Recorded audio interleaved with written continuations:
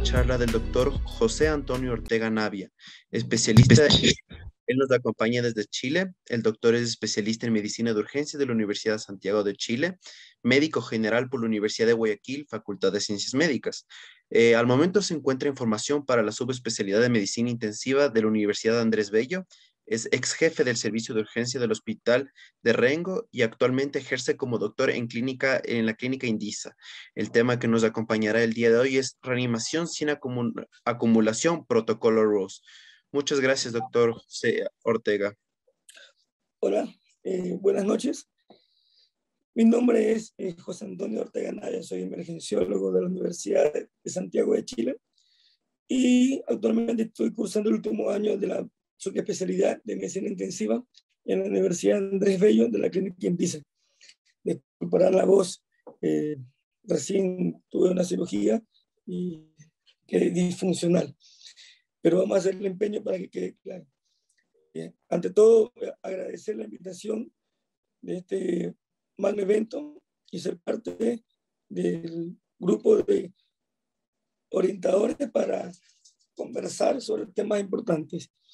El tema de hoy es reanimación sin acumulación, el protocolo ROSE. ¿Por qué es importante este protocolo? ¿O por qué es importante la reanimación sin exceso? Bueno, todos sabemos que la presión arterial es un resultado tanto del gasto cardíaco o las resistencias vasculares periféricas. El gasto cardíaco, en su vez, depende de la frecuencia cardíaca y del volumen sistólico. Y el volumen sistólico depende de la precarga, de la poscarga y de la contractibilidad. Entendiendo esta fisiología que nos enseñaron en segundo año en la Escuela de Medicina con Guyton, es importante ver que es multifactorial cuando un gasto cardíaco está deprimido o cuando las presiones arteriales están bajas. Ya nos enseñaron y crecimos con los protocolos de Rivers que hay que volemizar, y cuando no responden, iniciar vasoactivo. Los que hacemos UCI, hemos visto esta complicación de la reanimación exagerada o excesiva desde el servicio de urgencia. Entonces la pregunta es, ¿cuánto volumen hay que dar? ¿Cuándo hay que administrar volumen? ¿Y cuándo detener? Y eso es lo que vamos a conversar ahora. La fisiopatología de este estado de desequilibrio de la hemostasis es una inadecuada perfusión tisular. Esto va a provocar una respuesta vasoconstrictora del músculo liso, una ausencia de la respuesta vasoconstrictora. Por ende, va a tener un efecto vasodilatador, provocando una hipotensión e hiperdinamia y un estado de hipoperfusión aumentado del lactato. ¿Todos los pacientes son los mismos? ¿Como para aplicar la misma fórmula? No. Hay estados en el cual son, por fisiopatología, están en una fase distributiva, están en una fase hiperdinámica, una fase hipovolémica, una fase cardiogénica en el estado de shock, de sepsis. Entonces tenemos que reconocer que en el shock séptico encontramos dos tipos de fases. Una fase temprana y tardía. Una fase temprana que es respondedora a volumen. Hay una depresión del tono vascular y por ende hay alteraciones en la microperfusión como el llene capilar, el lactato, el delta-CO2, la saturona central. Pero a veces estamos con un paciente que lo encontramos en una fase tardía, en el cual ya no respondió a volumen. Y por ende va a estar con los parámetros de microperfusión altos, un llene capilar, el lactato, el delta-CO2. Entonces, ¿cómo reconocer en qué fase del shock séptico encontramos un paciente? Muchas veces en la urgencia, acá en Chile ocurre que hay servicio de urgencia de mayor complejidad y menor complejidad, o hospitales que derivan a un centro de mayor resolución. Y muchas veces no tenemos un paciente en fase 0. O también los pacientes de los que tenemos en la UCI, en el cual es un paciente que ya viene reanimado, ya tiene algunas horas de evolución, entonces como que no tiene sentido que a todos los pacientes los reanimemos como nos indican las guías con 30 cc por kilo. ¿Cómo manejamos la perfusión? Si vemos que el problema es precarga, lo ideal sería administrar fluidos. Si el problema es descontractibilidad, podríamos pensar que lo que necesita son inótropos. Y si el problema es poscarga, vasoactivos. Pero van a decir, pero sí, pero ¿cómo reconocemos esto? En el transcurso de la charla vamos a comenzar a dilucidar cómo desde la urgencia reconocer estos pacientes. Ya llevamos más de 100 años en el cual un paciente responderá a fluido. Tuvimos la presión arterial, la saturación central, el catéter de arteria pulmonar, apareció la ecocardiografía, luego aparecieron los predictores hemodinámicos de tipo invasivos, y ahora tenemos hasta no invasivos. Entonces ha sido un siglo de evolución en el cual sabemos que los pacientes necesitan volumen, pero todavía estamos discutiendo cuánto. Hay un estudio que se llama Phoenix, un estudio antiguo, clave, en el cual se preguntó cuáles son las indicaciones para, o cuáles son los criterios que te pueden predecir la respuesta de volumen. Y la mayoría fue hipotensión, el inicio de vasopresores, gasto cardíaco alterado, oliguria. Este estudio fue llamativo porque a los encuestadores que eran expertos en reanimación, la mayoría se fijaba en la hipotensión, un gran porcentaje en oliguria. Luego, y vemos en las líneas de colores con menor proporción que pocos se fijaban en el lactato, en el gasto cardíaco, en el BBC. Es decir, mirábamos predictores grandes como la hipotensión y la oliguria, y a la vez que son tardíos, y no predictores más precoces. Un estudio demostraba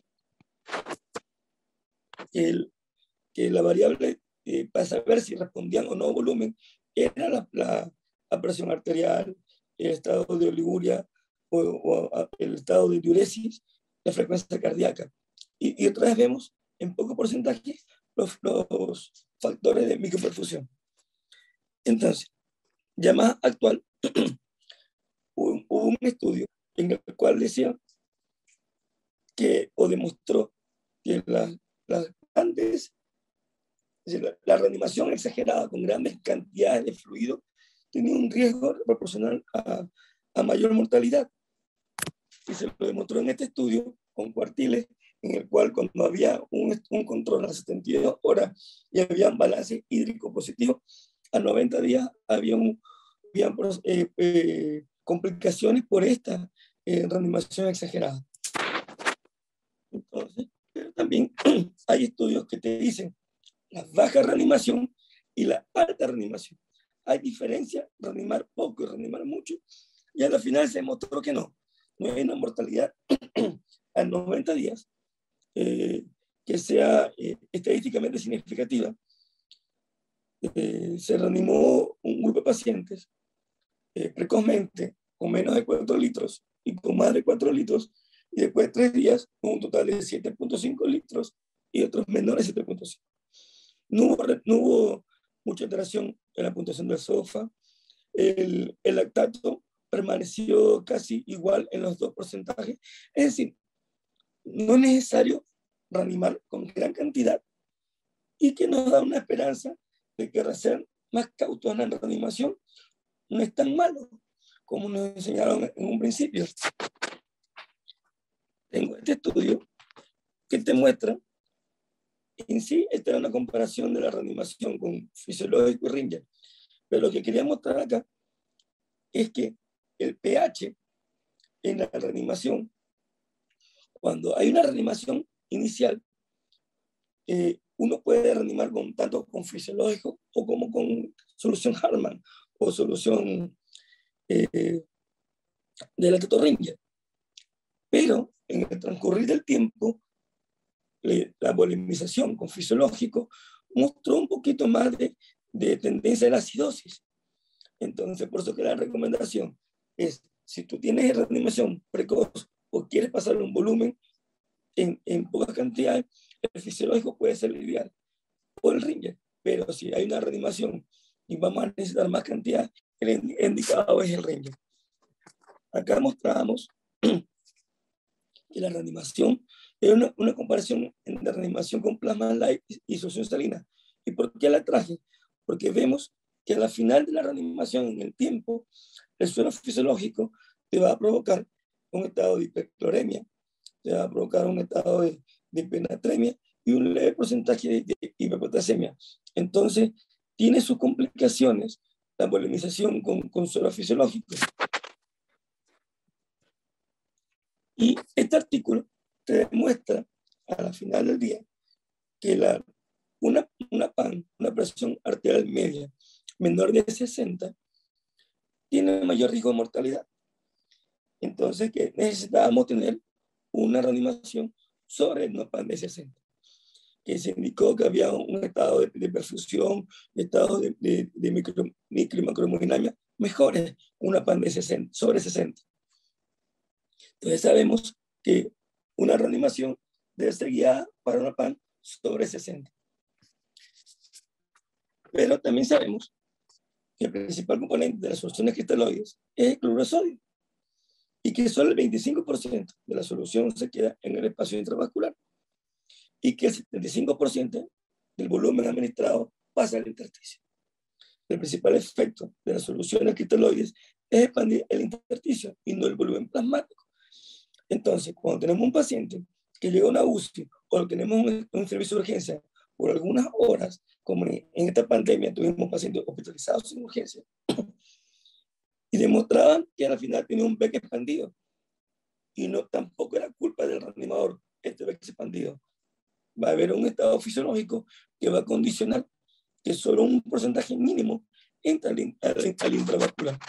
Entonces, ¿qué nos provoca el edema intersticial? Dos mecanismos. El mecanismo de Starling, en el cual por trastornos de presiones hidrostáticas y presiones coloidosmóticas se perfunde hacia el tercer espacio. Y otra causa es el glucocálix, que está demostrado en fases de shock severo, hay una alteración de esta estructura. Entonces, hay una compleja red compuesta, el glucocálix. Es una compleja red compuesta de proteoglicanos, glucosaminoglicanos y saloproteínas que cubre la cara luminal del endotelio. Incluye una grieta esto, cuando hay una fase avanzada o severa del shock, produce una grieta en el endotelio y lo que hace es que haya una fuga capilar. Entonces, no solo las presiones coloidales alteradas, la sepsis, te provocan esto, y hay un daño estructural a nivel del endotelio. Entonces se ha demostrado que la lesión de la capa interna del glucocálix en sepsis, cirugías, trauma, está alterado. Y esto va a provocar la fuga hacia el tercer espacio. Entonces me van a decir, perdón, el paciente inestable, le ponemos volumen, si tiene fuga capilar, va a provocar edema. Este edema hay que luego comenzar a depletar volumen. Y el paciente sigue inestable. Y va a ser un círculo vicioso. Por eso que hay que reconocer cuánto de volumen administrar y no ser una receta de cocina, de pasar 3 veces por kilo y ver si le falta, y si sigue hipotenso, pasar volumen hasta que se nos ocurre así, no, capaz necesita vasopresores. ¿Y qué es más grave? ¿La hipovolemia o el beque expandido? Entonces, hay un estudio muy importante, muy interesante, que es la presión arterial diastólica. ¿Qué significa esto? Se demuestra que es un parámetro hemodinámico precoz en la detección para ver si hay un paciente que está grave. Entonces, vimos que la presión arterial diastólica, un paciente que tiene hipotensión comienza a tener frecuencias cardíacas altas. Estas frecuencias cardíacas altas van a comenzar a que haya mayor contractibilidad y por ende aumenta la presión. Si esta presión aumenta, si esta frecuencia cardíaca aumenta y aún así la presión arterial diastólica disminuye, puede indicar que hay una presión arterial diastólica en descenso y un parámetro predictivo de inicio precoz de vasopresores. Entonces, ¿por qué hablamos esto? Porque en fisiología, el retorno venoso, me enseñaron que al pasar volumen, mejoramos el retorno venoso. Entonces, y el retorno venoso pasa a la aurícula derecha, ventrículo derecho, se expande y aumenta el gasto. Pero si vemos acá, el volumen, el retorno venoso está dado por un volumen tanto estresado como no estresado. El volumen estresado es el volumen que usamos en la hipotensión y el volumen no estresado como un volumen de reserva que tiene. Las presiones medias sistémicas no son respuestas por grandes cantidades de volumen, sino por flujo, por presiones. Entonces, en una fase de vasodilatación, al aumentar el continente, no vamos a aumentar las presiones. Es decir, la presión media sistémica, como en este cuadro, se aumentó el continente y las presiones que son fijadas por el volumen estresado no aumentan, a pesar de darle más volumen, las presiones medias sistémicas no aumentan las presiones. Entonces, ahí entendemos que es un estado de vasodilatación. Al estar este sistema de vasodilatación, hablamos de un shock distributivo. La hipotensión no va a responder, aunque lo llenemos de volumen, no va a responder la presión. Entonces, lo que tenemos que hacer es estrechar ese continente. ¿Cómo? Por vasoconstrictores, en el cual disminuimos este continente y por ende el volumen estresado va a aumentar y va a aumentar la presión media del sistema fisiológico. Entonces, si veo que en un estado de sepsis tengo que reconocer el estado de shock, y si veo que está en fase distributiva, no sería coherente darle más volumen, porque al final, como hemos visto, va a provocar más daño. Entonces, el uso de temprano de adrenalina o epinefrina en pacientes con arresto cardíaco, ¿qué demostró? Y al final se hizo una comparación con pacientes con una PAN menor de 75 y una PAN mayor de 75, antes de usar noradrenalina y después de usar noradrenalina, y no hubo un gran impacto en el gasto cardíaco. Es decir, tener una PAN de 80, 90 no es objetivo en ningún cuadro, aunque sea un gasto cardíaco o un estado de shock, porque vimos anteriormente que una PAN sobre 60 te ayuda a la perfusión, pero una PAN sobre 80 no mejora el gasto, no mejora el índice de volumen sistólico, no te mejora la precarga. Entonces, ¿es recomendable la reanimación con objetivos de 80, 90 de la PAN? No. Entonces, ¿qué es la recomendación? PAN sobre 60 y estamos viendo una PAN menor de 75. Nuestro margen va a ser 60 a 75. Por ende, este estudio lo traje porque este estudio fue un efecto comparativo de inicio precoz de norepinefrina a unos chanchitos que se les puso endotoxina, se los infectó. Entonces, los pacientes que estaban con la endotoxina y más fluido, vimos que la presión mesentérica era baja. Y cuando iniciamos precozmente norepinefrina, las presiones mesentéricas fueron altas. Entonces nos indicaba que había una perfusión adecuada en ciertos órganos.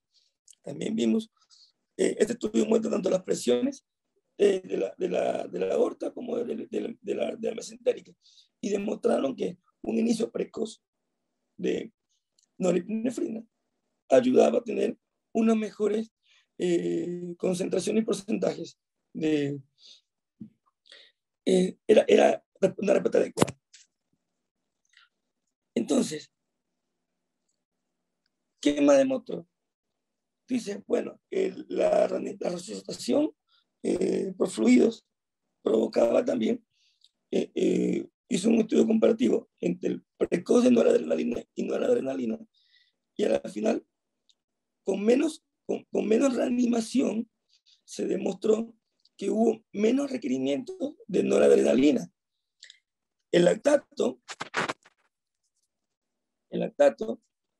hubo una reducción tanto del lactato en los pacientes, porque esto fue lo que llamó más la atención, porque uno pensaría que el lactato o el ácido láctico iba a aumentar más en los pacientes con reanimación, con poca reanimación que con más reanimación, y se demostró lo contrario. Hubo una reducción del lactato en los pacientes que fueron reanimados precozmente que fueron reanimados con baja cantidad de volumen. No hubo así una gran diferencia, un impacto tanto en el gasto cardíaco como en la frecuencia cardíaca, pero sí en el requerimiento de vasopresores y en el lactato. Y como sabemos, un lactato en el tiempo alto es un predictor de mortalidad, y los vasopresores usados en gran cantidad y en el tiempo va a causar también daños a posterior. Entonces, si el paciente está inestable, la pregunta es, ¿responde o no a volumen? Entonces, ¿responderá al volumen? Sí. ¿Y el tono arterial está disminuido? Si tu respuesta es no, le pasamos volumen. La recomendación por Pinsky es que iniciemos bolos de respuesta, un challenger de fluidos que se llama, de 250, y vemos higiene capilar, respuesta de presiones, acordándonos lo que hablamos al principio, que solo un 25% entra al intravascular. Y si el tono arterial está disminuido, sí, entonces la reanimación es con líquidos y vasoactivos.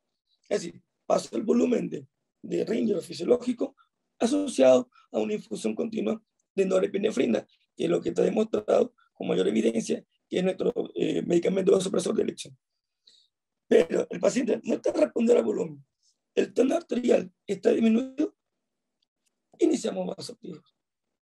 No está alterado el tono arterial, entonces hay que iniciar en otro, porque capaz de una fase de atontamiento cardíaco. Ese es el pensamiento que debemos tener cuando un paciente. No hacer nuevamente el hincapié que les digo, de polemizar a la ciega 1000, 2000 y después ver en qué fase o cómo quedó el paciente. Entonces, hay predictores de volumen. Acá usamos mucho un esquema, lo que le decía, responde al volumen, le pasamos un bolo, responde, le pasamos otro bolo más. Pero vemos que capaz 250, 500, 750 es lo ideal, y no pasarle 2000, 3000 en una hora, porque tendríamos un balance acumulado bien grande, y en la posterior esto va a provocar complicaciones. ¿Cuáles complicaciones? Edemas cerebrales, edema de miocardio, edema pulmonar, congestión hepática, hay un incremento hay una reducción del flujo, tanto renal, el hepático, el intestino, hay un edema intestinal. Un paciente que es quirúrgico y te hace una descarga séptica, pasarle 36 por kilo, no es buena idea, porque aparte que le vamos a aumentar el volumen, el edema del intestino, va a provocar una dehiscencia o mal cierre o mala cicatrización. Entonces, hay muchas complicaciones que tenemos por el exceso de reanimación. Y esto es lo que queremos conversar ahora, es el protocolo Rose. ¿Por qué? Porque Rose significa rescate, optimización, estabilización y de crecer o la fase de pletar. El rescate en las primeras 24 horas. Es decir, un paciente que te llega al servicio de urgencia en estado de hipotensión, taquicardia, tú le respondas, lo ideal es administrar volúmenes 200, 250, 250, 250 y ver en menos de una hora cuánto requirió. Pero estar al lado del paciente, al pasar bolos, te obliga a estar al lado del paciente y ver respuesta de conciencia, de presión, de frecuencia cardíaca, del lactato, del lleno capilar. Eso es importante.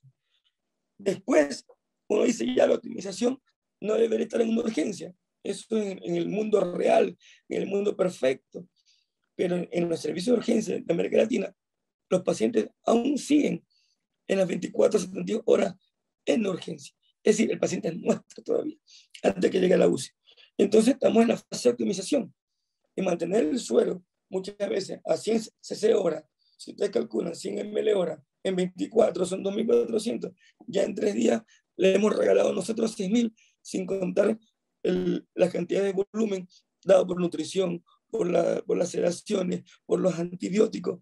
Entonces, hay que ver que también la gran cantidad, como vimos en el cuadro, hay alteraciones en el flujo renal. Es decir, gran volumen te va a provocar también una falla renal. Como uno pensaba antes que no, pásale agua para que no haya falla renal. Puede haber falla renal porque al final no estamos haciendo una perfusión adecuada. Entonces, este paciente va a tener fallas o descenso de la diuresis y vamos a seguir administrando. Entonces, en la fase de rescate y de optimización es la fase importante del paciente, porque en esa fase tenemos que reanimar adecuadamente al paciente y tratar de que el balance hídrico acumulado en las 24 a 72 horas todavía siga siendo neutro. Es un desafío tanto del equipo de medicina, enfermería y los técnicos paramédicos.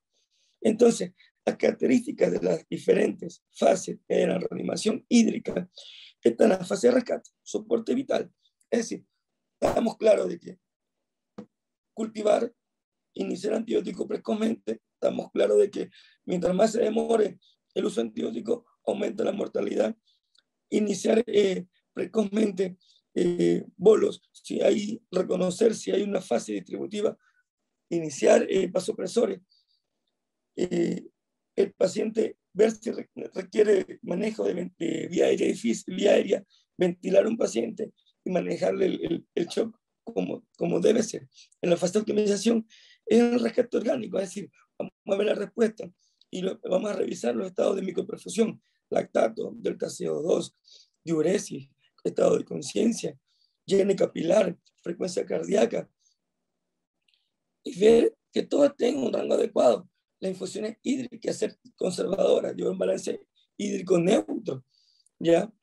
Y la fase de esterilización, que ya es fase de rescate, ya en días, lo mínimo que requiere, las pérdidas es insensible a reponerla, si tuvo un cuadro de diarrea, reponer, ya vamos un manejo más tranquilo, pero como urgenciólogo, la fase de rescate y de optimización es nuestra, y debemos tener súper claro lo que hemos hacer. Y tú me dices, bueno, en el servicio de urgencia solo tenemos pocas herramientas, pero son muy pocas, pero son muy resolutivas. El ecocardio que llegó para quedarse, reconocer si el paciente es hipovolémico, medición de cava, colapso del ventrículo derecho, si el distributivo, el estado hiperdinámico, si es cardiogénico, el atontamiento global, la reducción de la fracción de acortamiento, y si es obstructivo, si hay complicaciones en las cámaras cardíacas. Tenemos este monito del Volumbio, que si bien es de UCI, si el paciente llega temprano a la UCI, uno lo instala y es más fino porque uno ve el índice cardíaco, ve el volumen sistólico, ve la saturación central, ve el ELV, el agua transpulmonar, si requiere o no más volumen, mide la precarga, es más fino. Pero en la urgencia también podemos usar el protocolo de reanimación por delta CO2 y saturación central, que se los pongo en esta diapositiva. Y con eso uno va viendo si el paciente necesita más volumen, o si necesita vasopresores, o si necesita inótropo. Y lo que le digo a mis pacientes y a mis alumnos, que también, aunque tengamos la tecnología, el palpar y tocar al paciente es importante. Palpa el paciente, está frío, está mal profundido, está caliente, lo oculta, está húmedo, congestivo, está seco. La cara es fuerte para ver si el paciente es un paciente que está frío y seco, caliente, húmedo, y con eso reconocer qué tipo de shock tenemos. Entonces, en la urgencia podemos hacer mucho. y de lo poco que tenemos, hacerlo correctamente y no causar daño. Como siempre nos recuerdan, primero no hacer daño es la esencia de la medicina. Y en la medicina de urgencia, que tenemos el tiempo, es vital, tenemos más pacientes graves, el estrés nos agobia, entonces hay que ser más conscientes y reconocer los estados de gravedad. Este es un cuadro que traje, es una hiperlactatemia. Entonces, allá, estamos láctico alto, iniciamos volumen, persiste la hiperlactatemia. Entonces, tengo que ver saturación central, delta CO2, entonces, perfusión periférica. Si está todo normal, tengo que ver si esa hiperlactatemia es no hipoxémica. Entonces, tengo que ver la parte metabólica, fase de controlar la microcirculación, y si uno de estos factores, satura, delta CO2, está alterado, entonces uno puede pensar que es una hiperlactatemia hipóxica. Entonces tengo que ver el DO2, el VO2, capaz el paciente requiera ventilación, manejo de frecuencia cardíaca, controlar la fiebre, capaz está con dolor, está agitado, controlar, mejorar la aceleración, mejorar la analgesia. Entonces, eso lo podemos hacer en la urgencia en el sector público, más que todo acá en Chile. Las camas UCI son pocas, entonces debemos de llevar y reanimar de una manera más óptima al paciente, pero cuando llega a la UCI, solo esté un paciente bien reanimado, con antibióticos, pan cultivado, se puede con catéter central, con buena ventilación, parámetros adecuados para el estado de crisis, tener una normoxemia, normocamia, ya haber controlado con gases arteriales, venoso central, lactato, ver la microperfusión, ver los predictores de mortalidad, si se han reducido o no. Entonces podemos hacer mucho. Entonces, les llego a conversar este tema y a reflexionar de que en urgencia no hagamos recetas, no, cada paciente llega en una fase distinta del shock y hay que reconocerla. Entonces, y quería tomarme el atrevimiento. Hace pocos días falleció una prima allá en Ecuador, en el hospital de Quito, y esta charla se la dedico con mucho cariño y mucho respeto, esperando, y me disculpen el atrevimiento de tomar este momento para este caso, pero para mi prima Rosa, que está en el cielo, Dios me la cuide. Eso. Muchas gracias por escucharme y quedo atento a las preguntas. Muchas gracias, doctor Ortega. Muy completa su charla, bastante, bueno, es bastante interesante poder establecer el protocolo Rose. Sobre todo tenemos algunas preguntas, tal vez en su práctica clínica, algún problema que se haya enfrentado con el protocolo Rose, que haya cambiado demasiado con los protocolos que se seguían anteriormente. Escuché un poquito mal, se me cortó.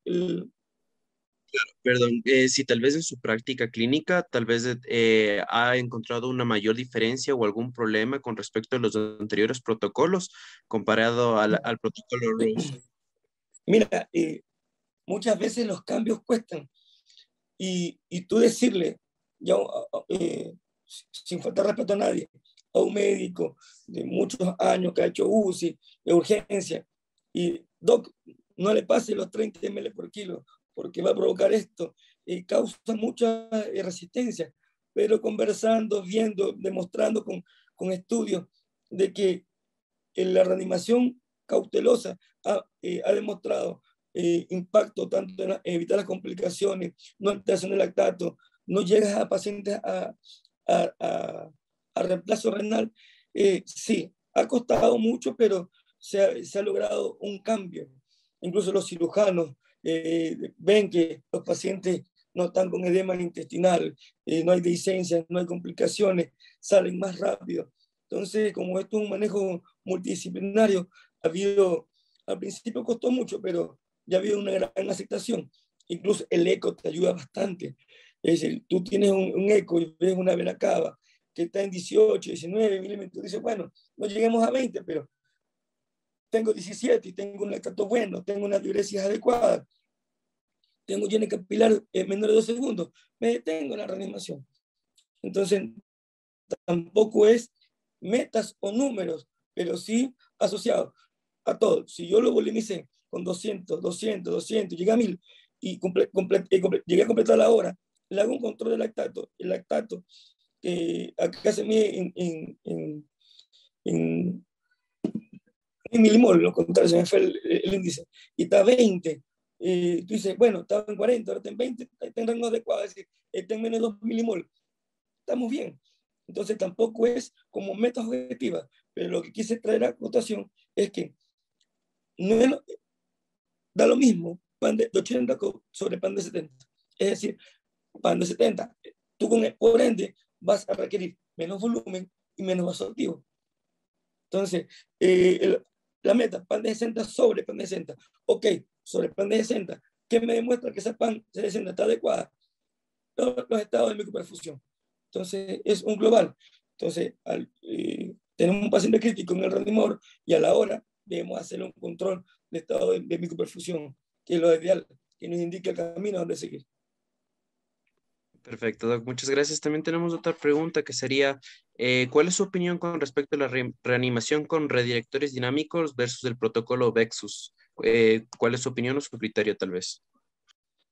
Mira, todos los protocolos de respuesta al volumen son buenos, ¿sí? Pero tienen que unirlos, no hay que ser por separado. Eleva la pierna, te sube la presión arterial o la pan te mejora, ya, y le hacen ecografía y ves una vena cava que tiene el signo del beso o hay, lo calculas en tamaño y tiene 12 allá y tiene un lactato en mayor de 3 milimol, tú dices, ok, le falta volumen, pero no puedes ser que el lactato sea un predictor de volumen o reanimación de volumen, o que elevar las piernas sea un predictor de volumen, eh, o, o cualquier protocolo que tú tengas por separado. Esto es un conjunto de cosas que te van a guiar a ver si el paciente vamos en una reanimación adecuada o no, o si nos falta o no volumen o reanimación. Perfecto. Muchas gracias, doctor Ortega. Esperemos que poco a poco este protocolo se vaya adoptando según cada uno y que poco a poco vaya siendo uno de los más utilizados.